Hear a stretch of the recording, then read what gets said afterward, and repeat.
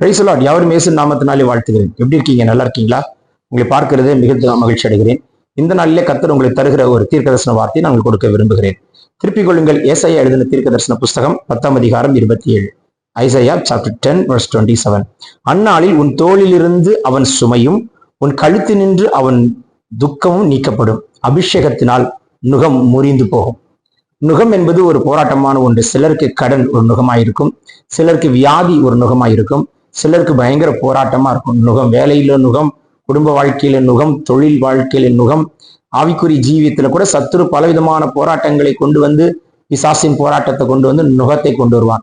இந்த மாட்டுக்கு கழுத்துல கட்டி விட்டுருவாங்க பார்த்தீங்களா? கஷ்டப்பட்டு இழுத்து இழுத்து இழுத்து போராடி தன்னால தூக்க முடியாம, சுமக்க முடியாம, நடக்க முடியாம, அது போன்ற பல பாரமான நுகத்தை சுமந்து கொண்டிருக்கிறீர்களா?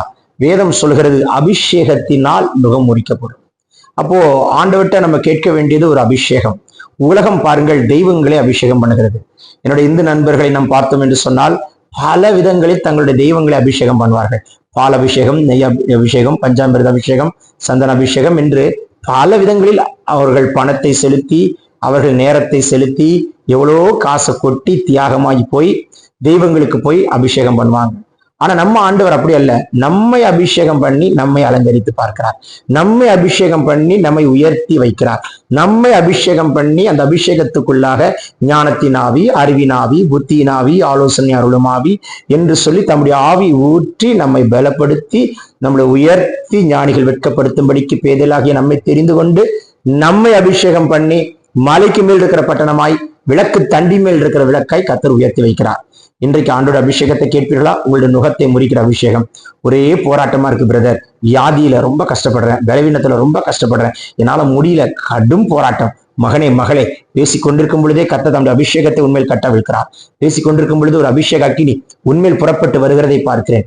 இப்பொழுது எல்லா கட்டுகளையும் நுகத்தையும் உடைத்தெறிகிற ஒரு அபிஷேகத்தை கர்த்தர் உண்மையில் கட்டவிழ்க்கிறார். வானம் திறக்கப்பட்டாயிற்று. இப்பொழுது அந்த அபிஷேகத்தை பெற்றுக்கொள்ளுங்கள், பெற்றுக்கொள்ளுங்கள், பெற்றுக்கொள்ளுங்கள். தைல குப்பி எடுத்துக்கொண்டு சிரசின் மேல் ஒரு அபிஷேக தைலம் ஊற்றும்படிக்கு கர்த்தர் அந்த அபிஷேகத்தை கட்டவிழ்க்கிறார். ஏன் இப்படி சொல்லுகிறார் ஆவியானவர்? நீங்கள் அபிஷேகம் பெற்றவர்கள் அல்ல, அபிஷேகம் பண்ணுகிற மகனாய் மகளாய் மாற்றுகிறார். பெற்றுக்கொள்ளுங்கள் அந்த அபிஷேகத்தை, பெற்றுக்கொள்ளுங்கள் அந்த அபிஷேகத்தை. எல்லா கட்டுகளையும் கர்த்தர் உடைக்கிறார். மாந்திரிக கட்டுகள், வில்லி சூனிய கட்டுகள், செய்வினை கட்டுகளால் பாதிக்கப்பட்டிருக்கிறீர்களா? சர்ப்பம் சொப்பனத்துல வந்து அந்த சர்ப்பம் உங்களுக்கு விரோதமாய் போராடி கொண்டிருக்கிறதா? இன்றைக்கு இப்பொழுதே கர்த்தருடைய அக்கினி புறப்பட்டு வருகிறதை பார்க்கிறேன். என் கர்த்தர் தொட்டு ஒரு விடுதலை கொடுக்கிறார். பெற்றுக்கொள்ளுங்கள். கர்த்தருடைய அக்கினி, அபிஷேக அக்கினி, அக்கினி அபிஷேகம் உங்கள் மேல் கட்டவிழ்க்கப்படுகிறது. பெற்றுக்கொள்ளுங்கள், பெற்றுக்கொள்ளுங்கள், பெற்றுக்கொள்ளுங்கள். Receive the healing, receive the deliverance, take this prophetic word. இந்த நாளில் ஒரு சாட்சியோடு முடிப்பீங்க.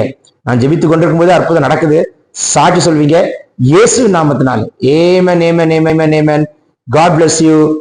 God bless you. God bless you.